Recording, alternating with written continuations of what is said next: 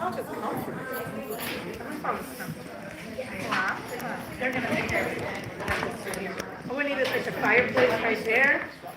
Gloria, Gloria, No, eso está muy cosa. Gloria, Gloria. Me oye, ¿verdad? Gloria, por favor, Oh, what happened? voy a calentarte la silla. Okay. Like back. I was trying to flip it like this. La gente rica arriba.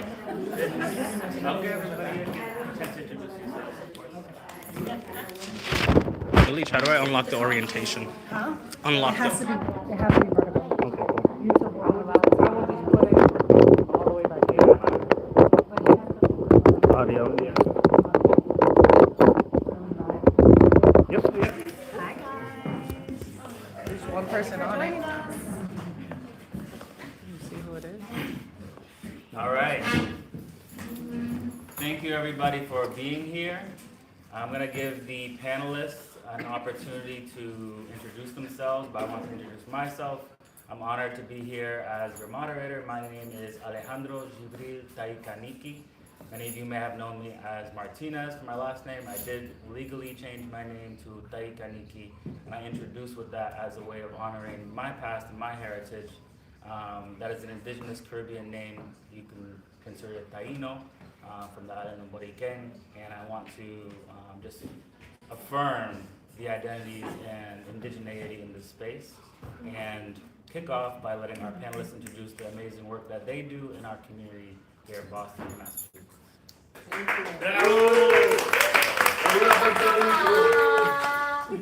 And I'm Marylin Rivera, and I am the president of the Puerto Rican Festival of Massachusetts.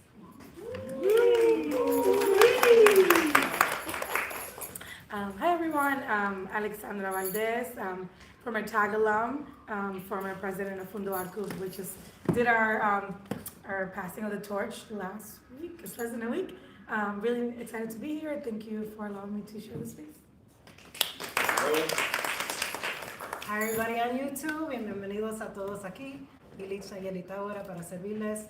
Proud Mexicana Hondureña, daughter of Boston, and president of the TAG Association.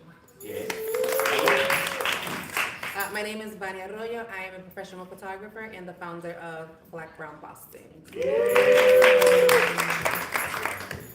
So, unrelated to today, I want to thank Pam again for kicking us off by welcoming this space. I was invited to speak to young professionals in this very space not too long ago, where we talked about ethics, principles, and values, and how you carry that out in your professional lives. I want to start with that because we have some amazing panelists here that have lived through their ethics, have had their principles challenged and overcome, and have allowed their values to empower and influence our community here and around us. So with that being said, I want to start with Ilyitch and ask, to kick us off, in what ways do the arts help us reconnect with our ancestors and heritage? Amen. Immediately I think about Jorge Arce, shout out to Jorge Arce, and the work that he did when I was a 7th grader at Latin school, teaching us bomba plena. Now, yo soy mexicana hondureña y bomba plena es algo bien boricua. But it was a beautiful way of connecting history, resistance, and the resilience of our community with myself as a young little 7th grader at Latin school. And so art and culture is a way of making sure that, in sustaining it, which is what we're all aiming to do, is a way of making sure that our community is really grounded in itself. Identity is very important in order for us to be able to mobilize and make change in a way that actually suits us. Because if all we're doing is molding into another culture, another way of thinking, another way of being, and we're losing ourselves, then we're not really making progress. And so the arts allow us to celebrate, which is really important, particularly now in this climate of negativity, and it allows us to embrace authenticity and to pass that on to generations, including the little folks that we have here present today. Thank you. I'm very appreciative of TAG myself. I've been a member since 2007 and I've appreciated being able to celebrate the arts as I've been in the organization. Marylin, how do partnerships among cultural organizations strengthen our collective voice? I think that by working together, no matter if you're Puerto Rican, Dominican, from Honduras or whatever, but work together and collaborate in supporting each other's events, attending some of the, like what we're doing today, and also involving the youth. I have to go back to like Bad Bunny, who now everybody loves him. No matter who you are, where you're from, everybody's loving Bomba Plena, something that was kind of like ignored for the young population, and now it's like population of youth, older, every age group now loves Bad Bunny. So I think that bringing these kind of programs where we want to involve the youth, especially today, who's going to be our future and is going to continue our tradition. So collaboration is the most key important thing. It's work together, not against each other. That's excellent. It actually goes into the next question for Alexandra. How do you balance in your programming, cultural programming, how do you balance honoring tradition and innovation? I love that. I think we were just talking about that during the questions in the table. And the first thing that I thought about was specifically how do we engage our next generation, the youth, right? I think about myself. I came here when I was 10 from the Dominican Republic, and I always said, how do we continue those traditions that I started back home, whether that was through Los Tres Reyes Magos, whether that was through celebrando la independencia in Santo Domingo, and how do we do it here? So at least with FUNDOARCU, we tried to bring in and uplift other local talent that are also Latino and who are Dominican. We partner with a bird like Ray, who is also a beautiful artist, but he's also amazing in music. We do a lot of children's book authors that come, but also it's also a way of like, how do we in each organization to also honor, and like Marylin mentioned, how we partner with one another to uplift that, and how are we doing that, individualized and making sure that we're supporting everyone, but and not recreating the work that someone is already working on. Because that's something that we see often, right? I can see that Marylin is working in an event, and I'm like, ay, pero yo voy a hacer eso también, and I'm like, no, déjame llamar a Marylin, and I'm gonna tell her, like, hey, how can we work together to uplift that? Because sometimes we see that a lot, and it's rather than, how do we bring that together to bring those traditions and uplift them, and making sure that we're connecting with one another, rather than recreating something that's already there. Our arts, and you'll hear this theme continuously, our arts are inextricably tied to civic engagement and our responsibility to social impact. So our next question to Vania, how has your work changed or expanded in response to movements for social justice in recent years? How has the community responded, and what do we still need to do to expand services? Yeah, so BlackBrownBoston is a social impact organization focused on amplifying Black and Latino culture in the city. And it started as an idea with my photography. I was like, you know what, let me just document everything happening in the Black and Latino neighborhoods in the city and make it into like a coffee table photo book, and show people that there are Black and Latino people here, because I travel a lot around the country, and people are always shocked for two reasons. One, to find out that there are Black and Latino people in Boston, and two, to find out that I'm Puerto Rican. They're like, there are Black Puerto Ricans? I'm like, yeah, we exist, we're here. So I started documenting that journey, and in documenting that journey and talking to literally thousands and photographing thousands of people in the city, I noticed that there were gaps that needed to be filled.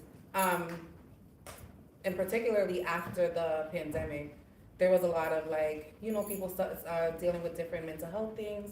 And so we try to fill that gap by launching a mental health program for women, for Black and Latino women, where we bring in like a therapist, and we get to do our work with a therapist, introducing our people to the idea of receiving help for their mental health. And then we expanded it to what we now call the barbershop clinic, which is our home is in the Cup Barbershop. They are our sponsor. And it's a clinic where we help Black and Latino men deal with their mental health. And our goal is to help our people deal with their mental health first, so that we have the ability to do all the work that needs to be done, like we were talking about privately at the table earlier. We're dealing with so much with juggling work, school, families. So our mental health really needs to be in check in order to be able to deal with all of that. Excellent, thank you for talking about. We'll have to connect. I'd love to empower Yes, mental health absolutely. initiatives. Now, Marylin, heading one of the largest and well-known celebrations in Massachusetts, how do your cultural celebrations help bridge connections between Latino communities and broader Boston population? How do you see the art shaping the future of Boston's and Massachusetts Latino communities? So we have been actually now trying to go further than just Boston. So an example, we reach out to Holyoke to come and be part of our festival. So for 2 years, they've been attending our festival. We went to the Holyoke as well. We visited them.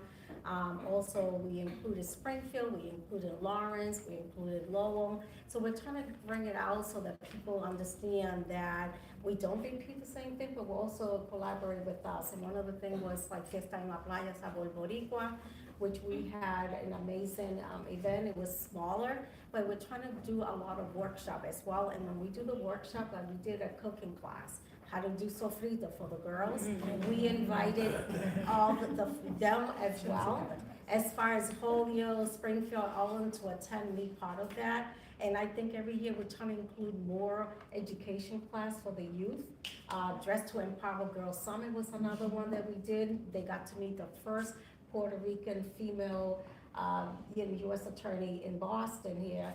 And they were so amazed by her experience, and that's what we're trying to do, is grow it and connect with other cities who will also come and attend our events. Excellent. And now I know who to go to if I need to find ajicitos and recaitos. Yeah. Out here, very difficult sometimes. Now we're here on not any weekend, right? Dia de los Muertos is the theme for today's talk and conversation and reason for coming together. So continuing on that point, Ilyitch, how can remembering our ancestors guide our work for social justice and collective liberation? Certainly been reflecting about that this whole weekend. So I've done work when I worked in Boston Public Schools around crisis response. And one of the things that I go back to that Courtney Gray, shout out to him, reminded me is that we have a lot of ancestral knowledge running through our veins.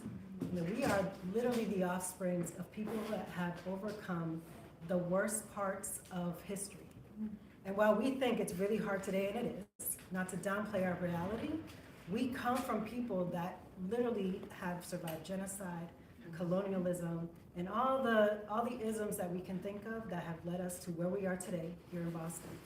And so Dia de los Muertos is a time where we can, one, just thank the folks that came before us that allowed us to be here, but to remember their strength, their joy, the fact that they were able to have joy in music and dance and comida buena y tiempos en comunidad, en familia, during the hardest times, often during poverty, right, or through poverty, that we can remember that. That runs through our veins. We have ancestral wisdom that we just have to kind of take a moment to breathe, to reflect, and then to bring that as we're facing the struggles that we face today, but also to remember to celebrate, to remember to be joyful, to remember that spaces like this in Comunidad, collaboration, that's important, and that's part of what they taught us. Excellent. Alexandra, we have community members here. We have a good amount of youth here as well.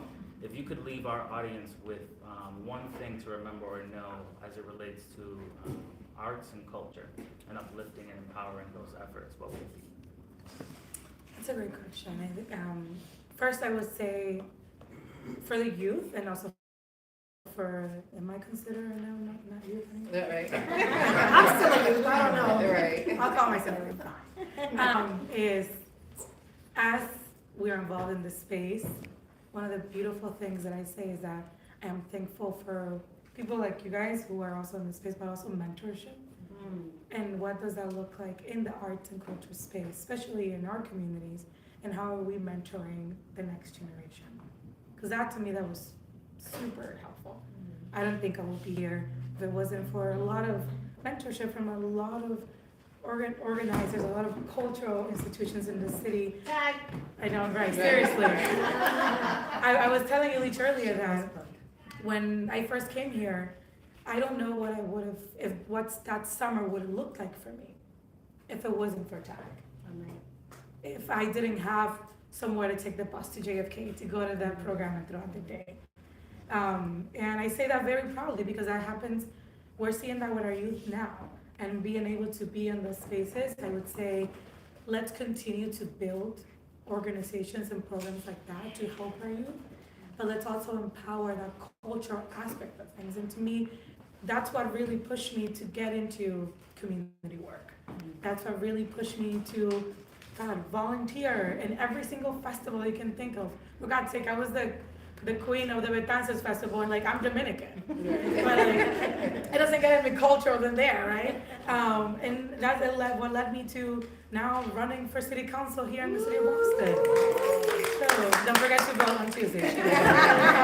But I would say mentorship, collaboration, but also let's not forget the power that we hold together and the power of just picking up the phone and saying, hey, mana, hey, hermano, what can we do to work together? And let's build it together.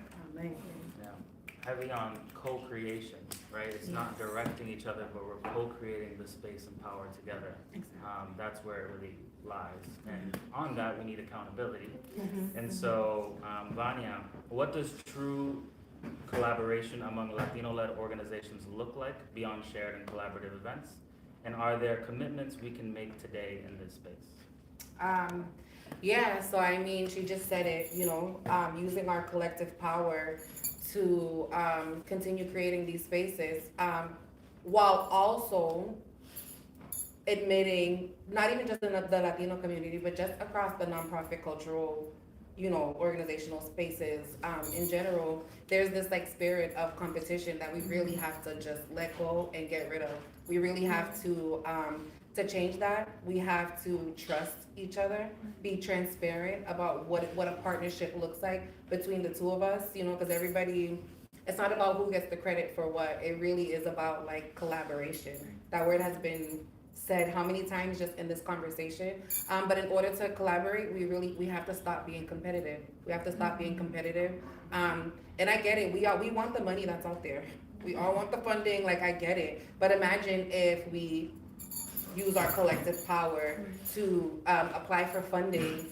We'll be able to have to do all of the programming that we're looking to create. So I think just learning to trust each other personally and in a business sense, so that we can like really truly collaborate and be able to make things happen and continue to grow what's already happening. Like she was saying, there's a lot of people that have similar ideas for similar events. And that's normal. That's normal. We all want to, put on for the culture, and that's beautiful. But I think it would be more powerful if we just get rid of the competition and come together and be like, hey, this is what I'm doing, you're doing that. Let's truly collaborate and just be transparent. One thing that we can do to make it easier is to be transparent about what the partnership looks like between whoever it is that's working together. A commitment to transparency. Yes, that's what it is, yeah. And if we could go down the line, panelists, what is a commitment that we can make today, this effort? Yeah, well, I'll jump in. Well, one is agreed and want to make sure that when we're doing things that it's really about the community. Yeah. Right? So one of the things that I will say, I'm very proud of my team and the TAG Association folks that are here, is that we're really committed to ground up work. Because the power really is in la gente. And so making sure that when we're doing things, it's not about putting ourselves in certain platforms, but it's about putting our gente on a platform where folks have to pay attention, where it's not just about fund the TAG Association, it's about we need to create more funding for Latino community initiatives, period. And so using that power and to kind of do that. And I'm really proud, I'm gonna say, that I'm really proud of the collaboration between Marylin, the Puerto Rican Festival, and us, because we have events on the same night. And that's not because we wanted to, it's because it was planned well ahead. But there's no competition here, I want folks to know that. We're very much supportive of each other because we have similar goals. Puerto Rican Festival is very focused on Puerto Rican community. We're a little bit focused, a little bit more broader, if you will, and more around the TAG program, but it's the same mission. And so I just want folks to know that this is kind of part of the commitment, is to continue to expand the collaboration and to expand and to build on the transparency and to make sure that people know about BlackBrownBoston, FUNDOARCU, and Puerto Rican Festival, and of course the TAG Association. I think that was deep. I would say commitment for me and and I'll speak, and Bienvenida's here too from FUNDOARCU as well. And I think commitment for us will be to expand a little bit more and to just do more partnerships. Last year, we started to do more. We started to broaden and to bring in, we brought in a Dominican children's book author. We partnered with BPL. That was beautiful that we got a chance to do that. We partnered with a Afro-Latino that was teaching us about the roots of where does Dominican music come from and what it means and the history behind it. So I like to say that we're going to continue to be committed to continue expanding our horizons and teaching the community about what does being Dominican look like? What does being a Dominican in Boston look like? And how do we do that with partnering with local organizations? So with me, I would like to see us at some point, like maybe in January, have a meeting, even if we have to do this through a Zoom, to collaborate some of the events that we're planning to do. And I think so that way we can support each other. So an example, I already have my schedule for next year, but when we, but an example when we do Dress to Empower Girls Summit is something that everyone should be able to invite girls to attend this event. We just did a fashion show, and I was telling them on the table for Puente de Vida Elder Care, which we did the culture pageant, went there and did a fashion for the elderly. They loved it. Now for Festival Navideño, we're going to be bringing them some stuff that they need, gloves, hats, and all that. So that's kind of like collaboration with the community as well. And to see the same as when you guys do something like that, like let us know and say, hey, look, we're having this event on this day, would you guys be part of that? Even if we have to give an exchange, an example, 2 tickets for someone in your board, but is able to support each other and share our events because we're not competing. Yes, of course, I love that, yeah. I love that. I want to, there were a lot of themes that came up, so I wanted to throw it back succinctly to the crowd and the audience, and correct me if I have everything. A commitment to transparency, a commitment to expand collaboration, a commitment to broaden creative partnerships,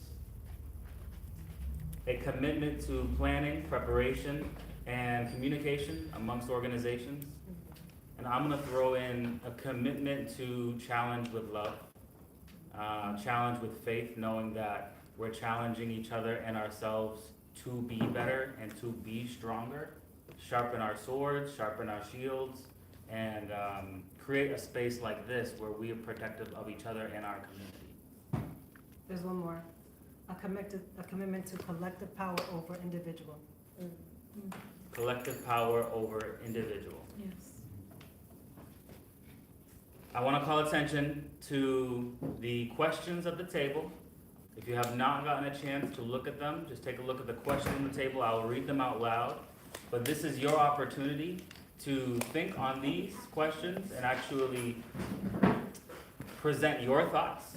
Maybe ask the panelists a question and commit to a group discussion on these 2 topics. I'll read them out loud.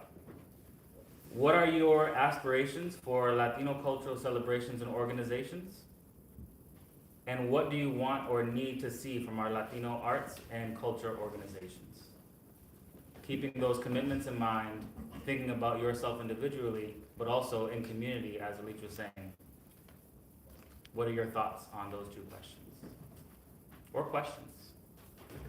Or what are your challenges? What are you seeing now that you don't want to see any more of?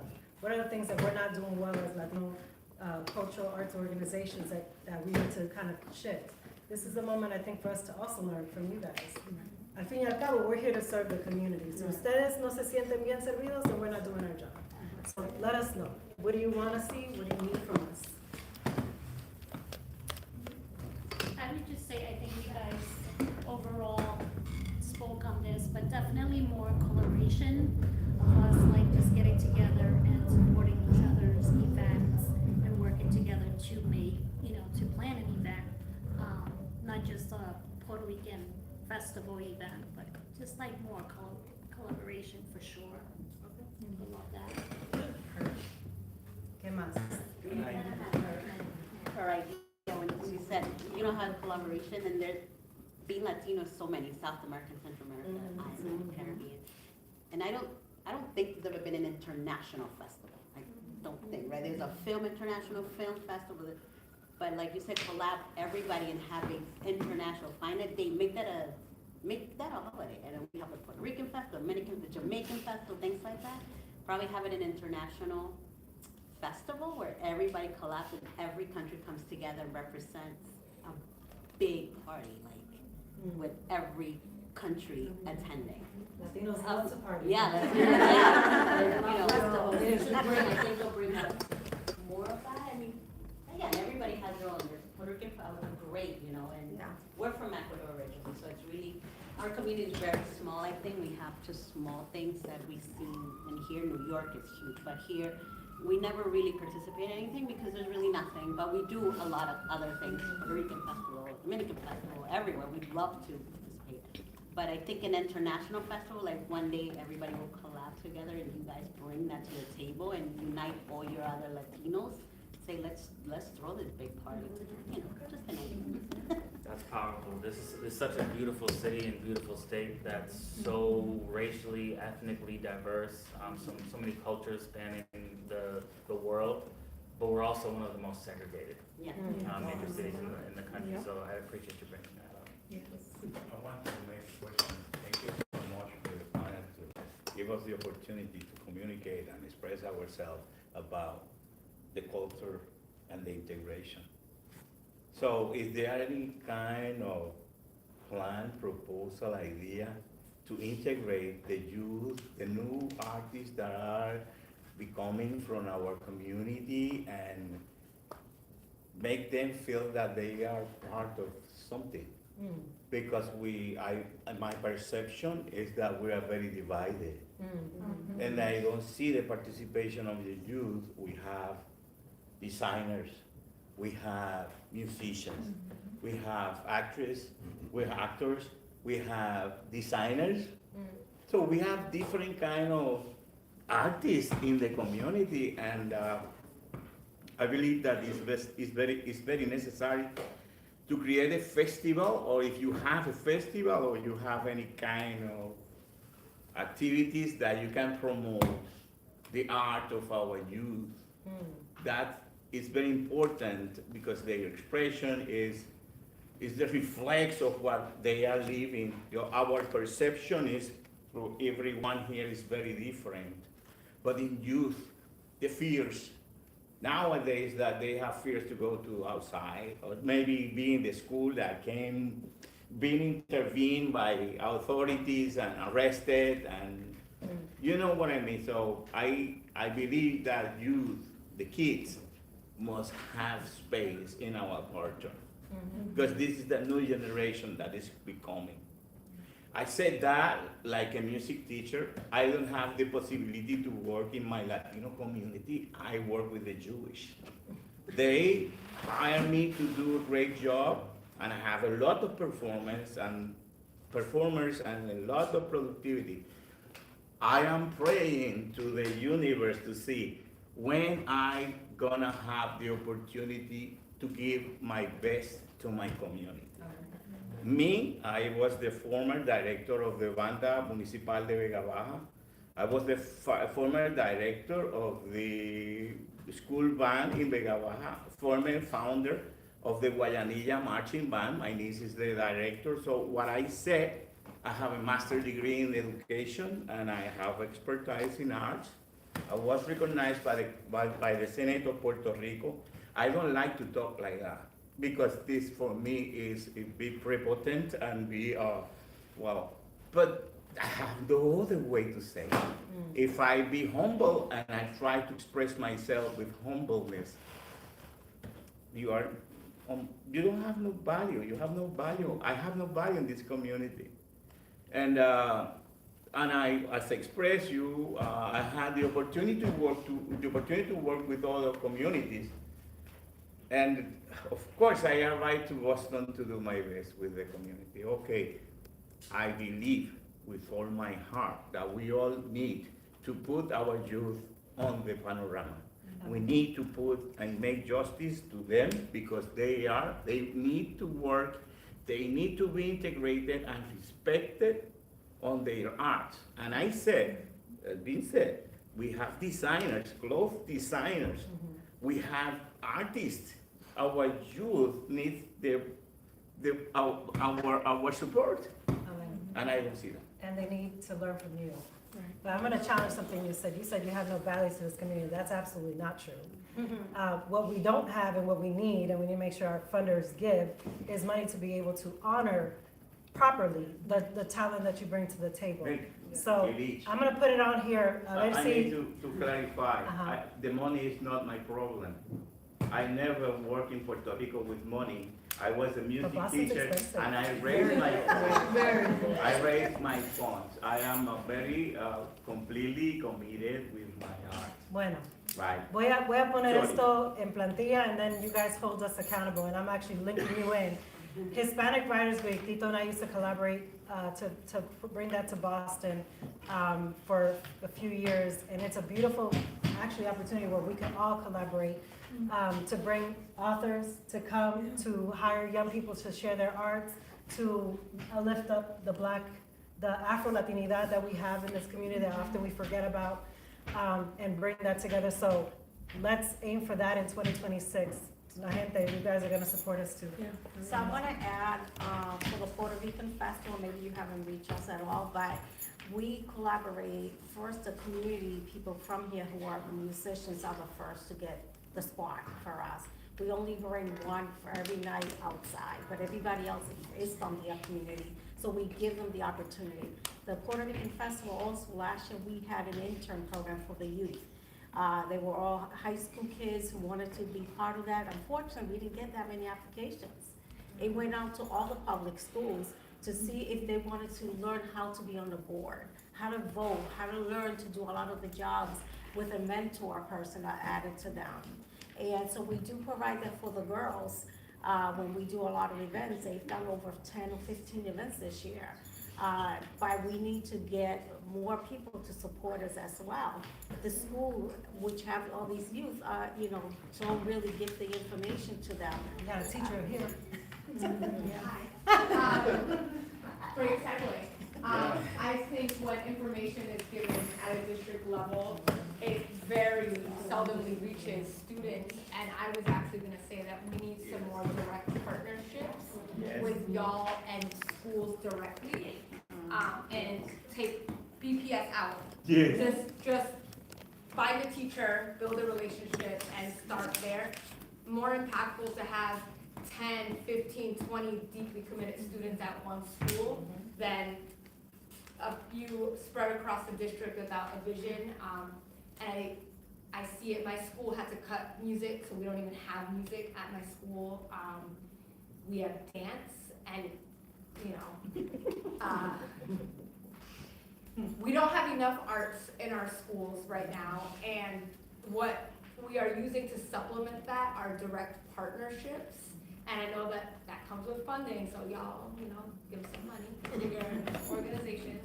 But I think we need to take sometimes a step back and go boots on the ground and build coalition spaces amongst individual schools, whether it be in Springfield, Boston, Worcester, wherever folks are at, the need is there, and that was my 2 cents. I believe that the most important part is that we know that when we did the Hispanic Writers Week, we had to visit the schools and talk with the directors directly and promote the programs in the schools. It was difficult to do it through the system. Carla, did I see your hand? Yes. I think just this could be a great start. We've had Puerto Rican, Dominican, Festival, Caribbean, and they've been around for, I don't even know how long. They've been around for years. Yeah. And yes, I think what she said in terms of celebrating the Hispanic Latino experience. However, it's already been being done, right? We're talking about being collective and not adding something new to what's already being done.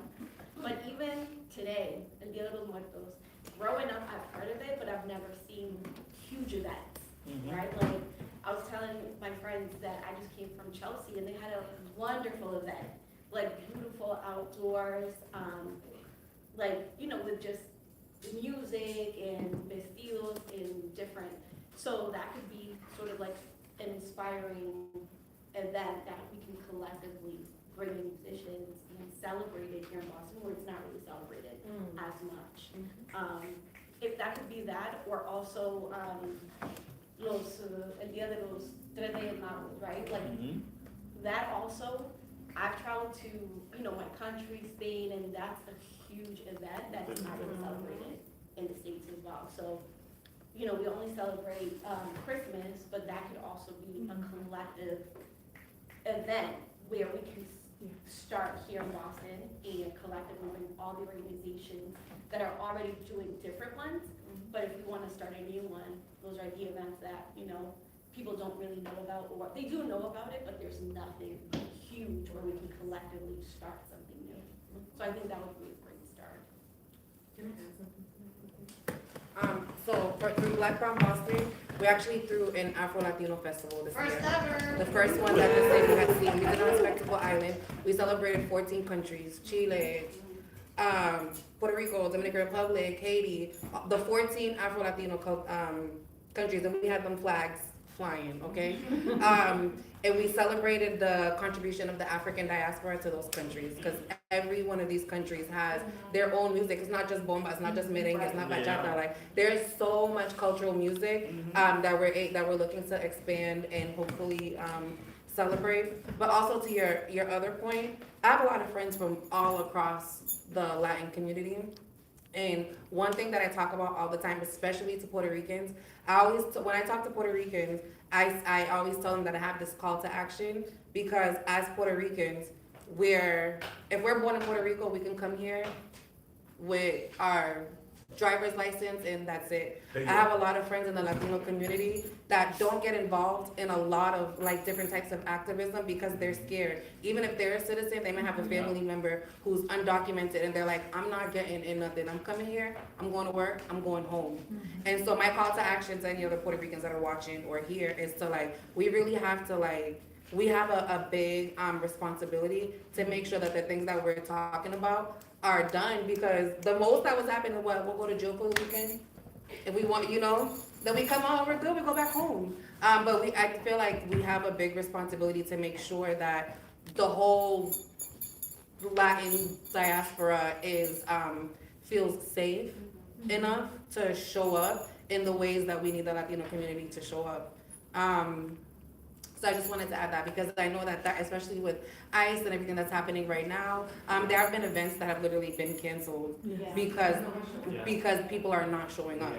Latino events that were canceled during Hispanic Heritage Month because people weren't showing up, because people are scared. And even if you are documented, you might have a sibling or, you know, whatever, family members that are here that are not here legally. And so I feel like we have a huge responsibility to defend and speak out to make sure that people feel safe to be like, hey, I want to do this for my community. I want to do this for my culture. I want to celebrate this, and you know. So I just wanted to add that piece to what you were saying. Thank you. Very good. And I'll point to that. I'm so jealous I couldn't go to that festival. I was getting married that weekend, so I was like,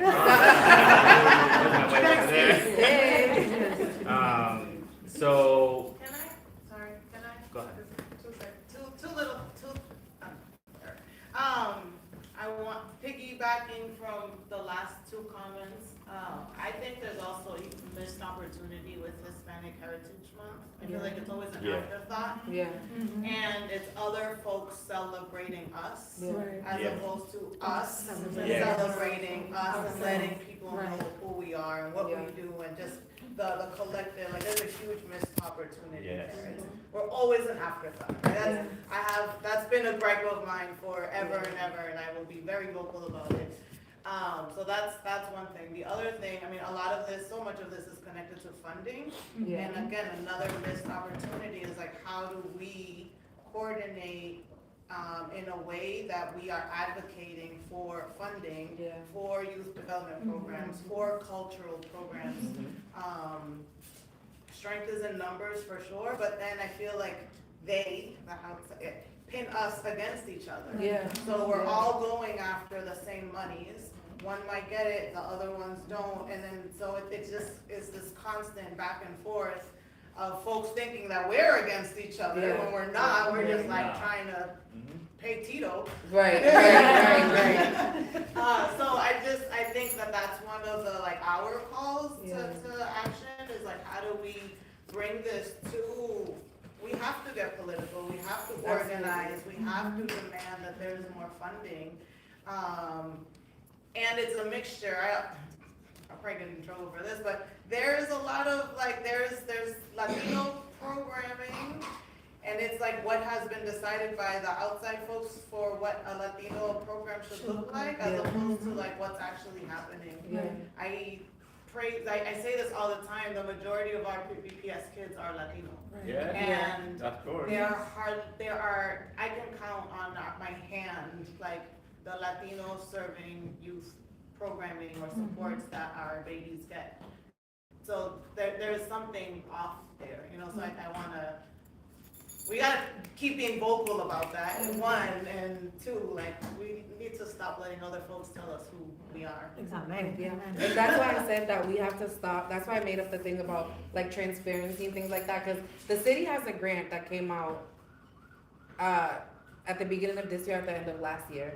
And it had to be a collaboration of 3 organizations, and they were given $2 million that had to be used amongst the 3 organizations over the course of 3 years for whatever, social justice, mental health, whatever it is.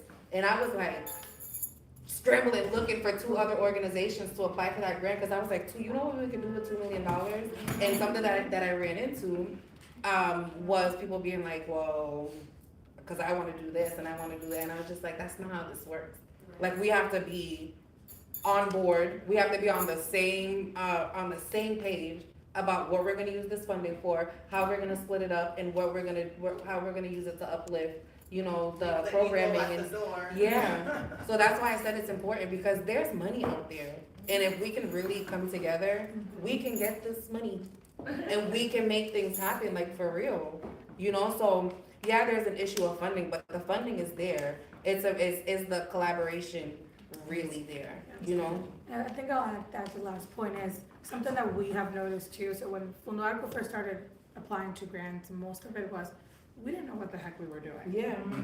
We were like, wait, how do you create this portal again? Yeah. What does this question mean? So even for the smaller organizations that don't know how to write a grant, don't know how to even apply or even find where any of these opportunities are, I always say this, like, what it would look like for us to come together and share those resources with one another.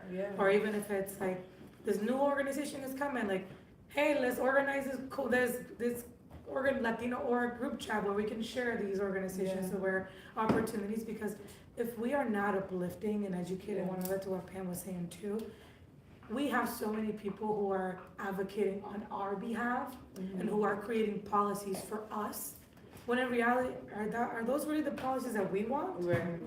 Or need? Like, did we have a conversation with the community? Did we ask the people if this is what we wanted? Did we ask if that's what we wanted for our kids in our school? But yet we are letting others make that decision for us. So we need to also empower our voices, empower one another to also take a seat at that table. And when they call for us, we need to show up. Because that's another thing. I also see a lot of, para mí se me olvidó. Or, y eso fue hoy. I can't. So I see that a lot too. In my line of work, where we knock on doors and we ask people to show up and we ask others to come, and it's like, it's also an afterthought. So how do we also keep each other accountable on that end too? Oh, Tito, sorry. I just want to give Fidel a chance, and then we're going to wrap it up. Perdón, porque ya no. Yeah, so hi, my name is Fidel Vasquez. Pleasure to be here. And it's wonderful to see all of us here on a Sunday afternoon. I think it says a lot about the mission that we have. I think I've heard the word collaboration a lot, and for collaboration, we need more hearts, we need more brains.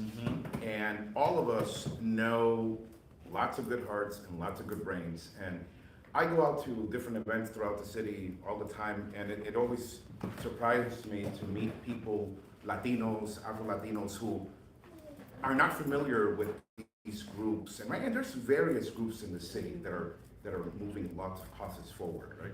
But I think all of us have a responsibility here, and that's we all know people who are very talented and who have their heart in the right place. And I ask, and I do it, so I'm gonna ask, engage those people. I think it's really important to get people engaged. Yes. There's power in numbers, and there are, I don't know, there's what, 30 of us here, 40, I don't know.